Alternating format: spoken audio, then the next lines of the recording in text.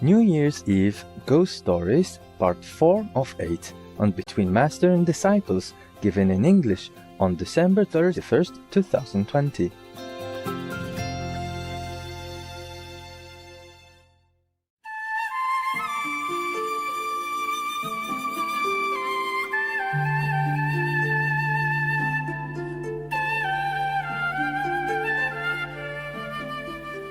You still can see me, yeah? Yes. I don't see you very well. I can see, but not too. I mean, I don't see myself very well.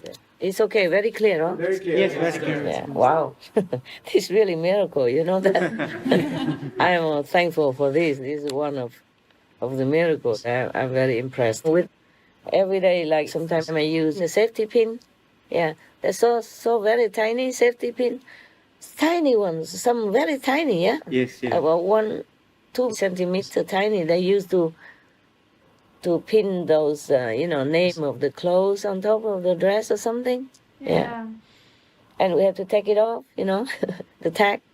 And I was thinking, my God, how can any machine be so clever, more clever than humans, that can make such a tiny safety pin like this? See what I'm saying? With a complete trap and hook and everything in it. Like the big one. The big one may be easy, but so tiny. And it's exactly like a safety pin. I'm always impressed every day. Now it's not much because I stay in one place. Even if I move to another place, but not like I'm going out a lot or buying things, you know what I'm saying? Interacting or doing a lot of activities. So there's not much for me to be impressed with. But even when I see the dog food, the dog pellets they made, some are small, some are big, and they make into the shape of the heart shape for the dog. I don't know if the dog care what shape the food is. They chow down before they even see, but they take care, take time to do this kind of product. And I was sometimes touched, and impressed and grateful that I live in this type of humans period that many conveniences abound, that our lives are more very, very comfortable. Yes? Yes, Master.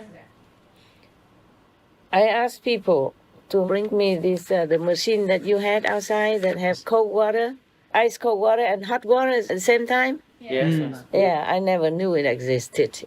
Yeah, until just some months ago. They're moving dogs around and they say there's a machine like that. I said, if they don't use it, then what to do?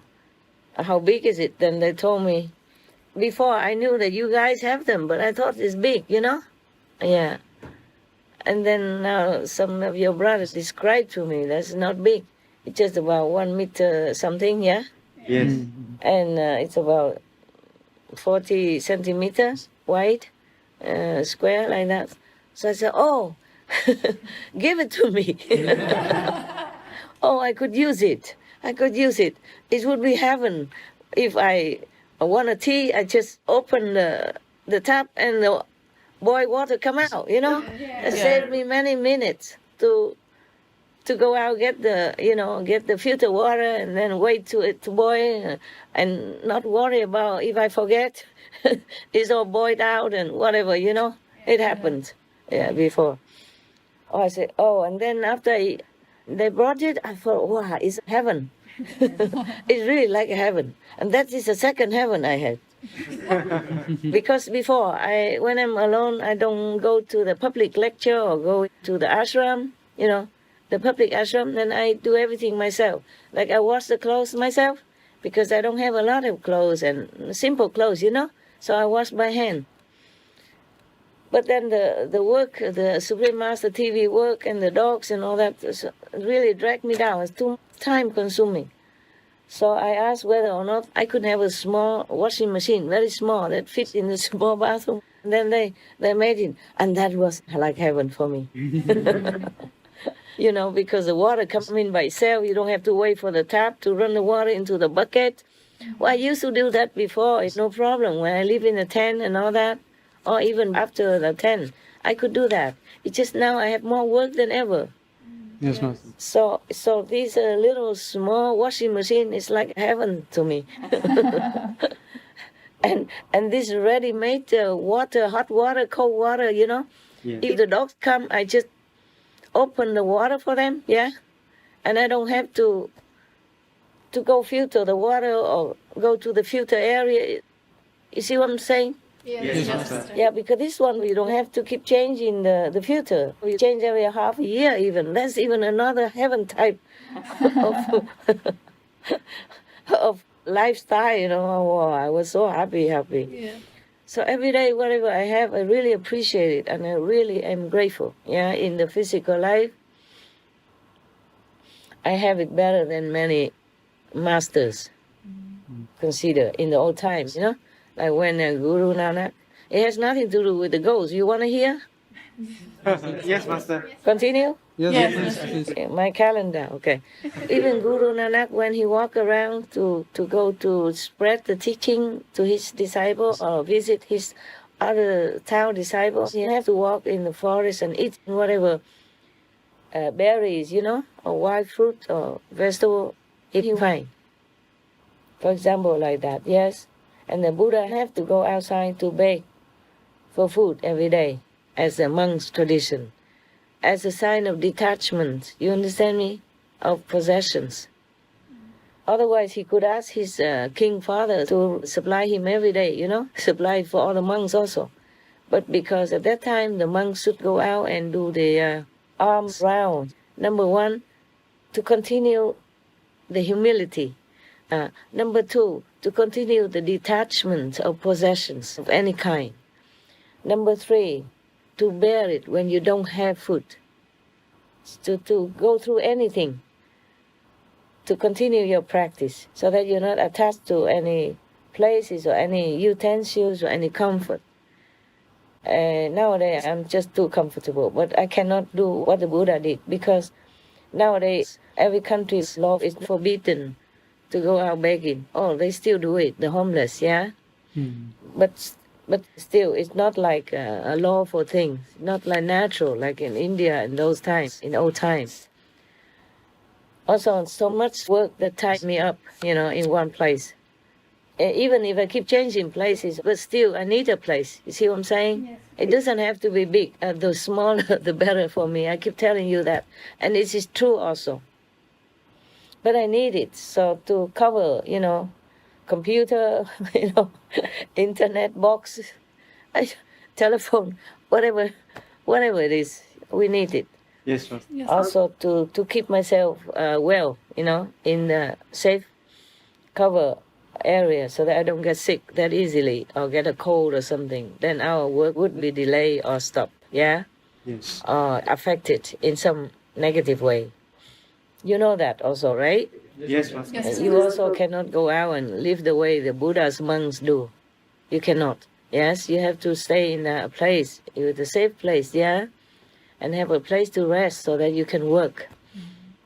And then you have to have food ready for you because you don't have time to go out into the town and then to beg or all that. And maybe the police will catch you. Yeah, that's a problem also, huh? Yeah. So now we have to be independent financially and stuff. But still, I prefer small place, yeah? Small place is enough. If I have many clothes even, I could hang on the wall, you know what I'm saying? Yeah. Yes, Master. Just make a two hook and on two corners and then hang all the clothes there. That's what I did before. Even that, don't even need a lot of cupboard or anything. I don't have any cupboards. I have those drawers that belong to the working table, like what you have, Small cabinet. and a cabinet underneath, yeah? Yes. I use them to put some of my clothes in, and that's all I need. That's all. That's all. That fits enough for my clothes and some little makeup, you know, powder, anti-shining powder, yeah. And actually, this is a lot more already. I wish I have less, you know, because if I have more things, I feel too, like clustering. You see what I'm saying? Yes, I don't feel free. Before I used to live in caves. I felt better then. I felt like the cave is very big. But if I live in a house, I feel the house is small. I don't know why, because maybe the building, the bricks and the stuff like that, it feels heavy, huh? Okay. When I live in a tent, I feel even better, feel like free. Very near nature, not much to take care. That's a free life that I love so much. Yeah, I'm not as happy now as when I was living in a tent next to the river, where there was no need to pay for electricity, no worry about bills. We had water from the river, we just filter it, yeah? Actually, we didn't have to. I told them to dig the hole on the river bank, so whatever the water that had run from the river into that hole underneath, yeah? Then it's so clean and clear. And then we just use some cloth, our clothes or something, a towel, to filter one more time. Perfect. Yeah, so we never had to pay too many bills. That was happy time. And we did silly things like the coal, the ash that we cook, I usually put on the face to do theater every day. Just to make fun, and do in theater. Yeah. Even we had a camera, a small video, so maybe some of it is still left. You can dig it out and have a look. Every day they thought of how to make some theater to make me laugh. Yeah, just some silly stuff. It's very funny, very funny. Like if a fat nun, they make her play princess. Yes.